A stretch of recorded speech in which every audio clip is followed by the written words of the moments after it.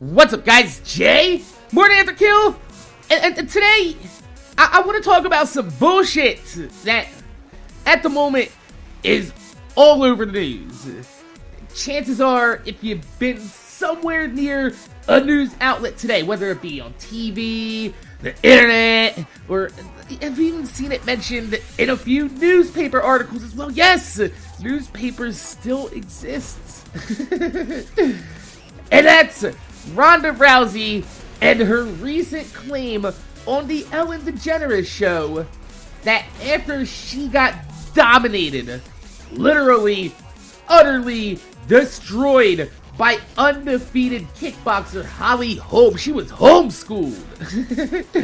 She sat there on Ellen in front of a live studio audience and millions, yes, millions, don't doubt Ellen's celebrity, Ellen is a fucking boss, in front of millions, she said, and I quote, "I was literally sitting there and thinking about killing myself, and that exact second I'm like, I'm nothing. What do I do anymore? No one gives a shit about me without this."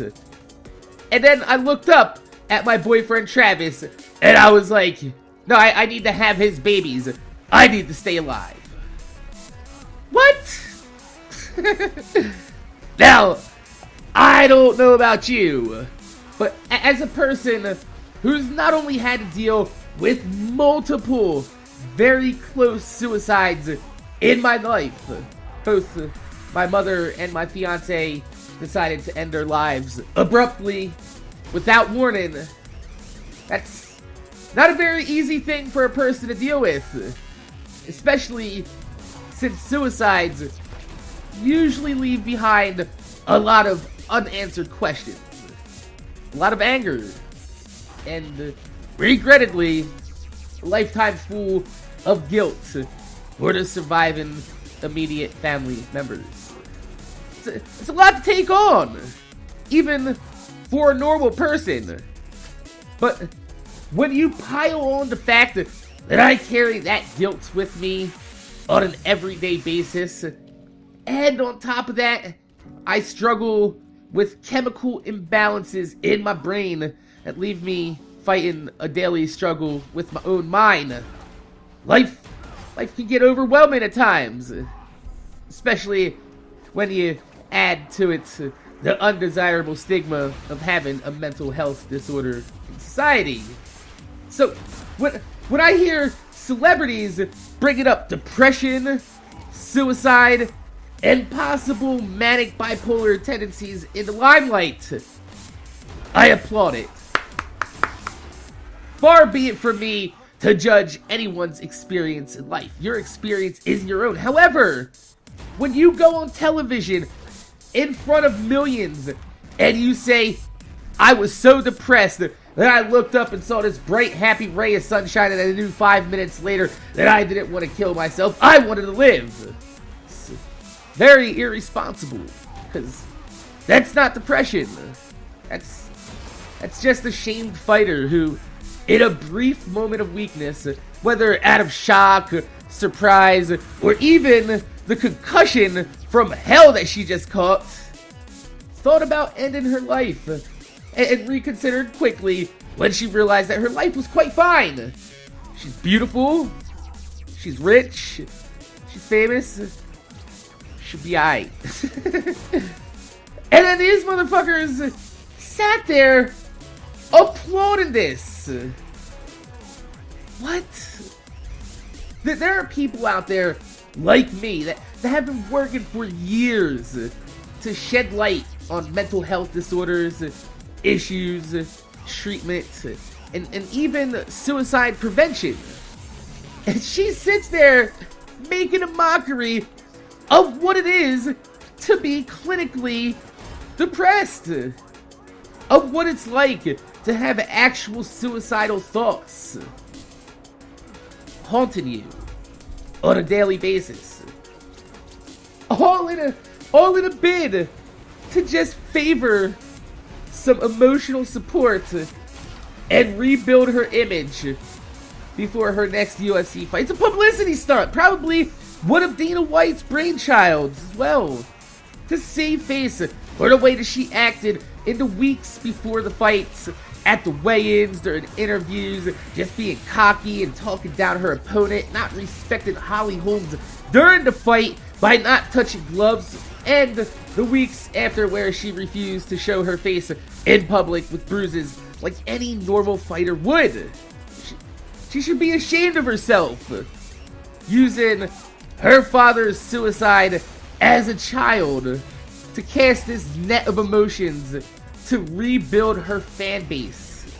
It's ridiculous, especially for the fact that not once during the interview did she mention any type of suicide prevention or mental health treatment at all. Like, fuck! They didn't even mention the obligatory National Suicide Prevention Hotline that you could call 24 hours a day to talk to somebody if you are having suicidal thoughts.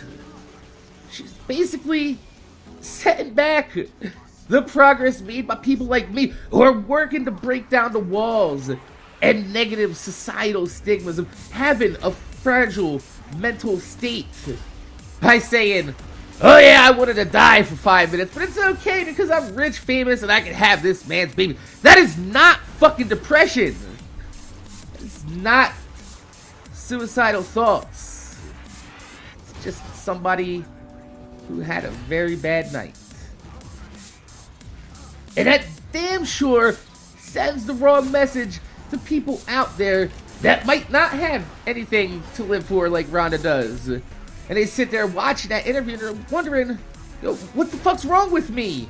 Why won't my suicidal thoughts go away just like hers is? How come I look at my babies and I look in their faces and I still don't feel like I want to live anymore? What's wrong with me? Am I emotionally dead? Should I be dead? Instead of saying, oh hey look, she had problems after her fight and she went and talked it out with a therapist and she treated her depression. Maybe I should go ahead and do that too. Nope. She just basically isolated everyone out there watching that interview suffering from some type of mental health illness by saying, hey look, happy thoughts make everything all better. Why aren't you better? The people ignorant enough to believe that Ronda Rousey is actually clinically depressed and suicidal thoughts are just that easy to snap out of it. It's not! It's an irresponsible action for a celebrity. And not just any celebrity, but especially Ronda Rousey, since her father committed suicide when she was a child as well. She just cast a net full of unrealistic ideas of what suicidal thoughts, tendencies, and mental health issues actually are. And to somebody like me, who struggles on a daily basis with depression, bipolar, and all that other shit,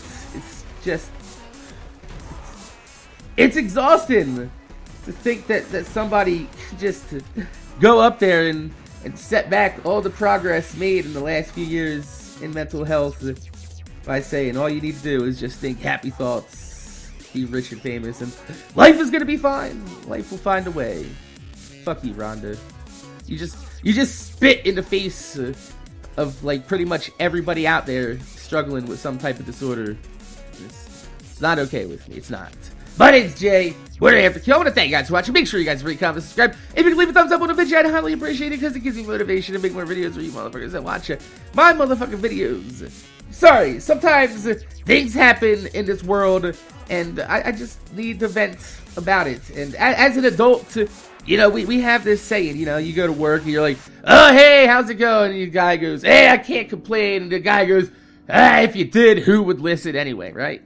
Well, I have you guys to sit here and listen to me complain. It just, it makes me feel better. Even if you sit here and wonder, you're like, Mac, what the fuck are you talking about? It feels better to get some things off my chest sometimes. My name's Jay, MorninAfterKill. Thanks for watching, and I'm gonna see you guys later.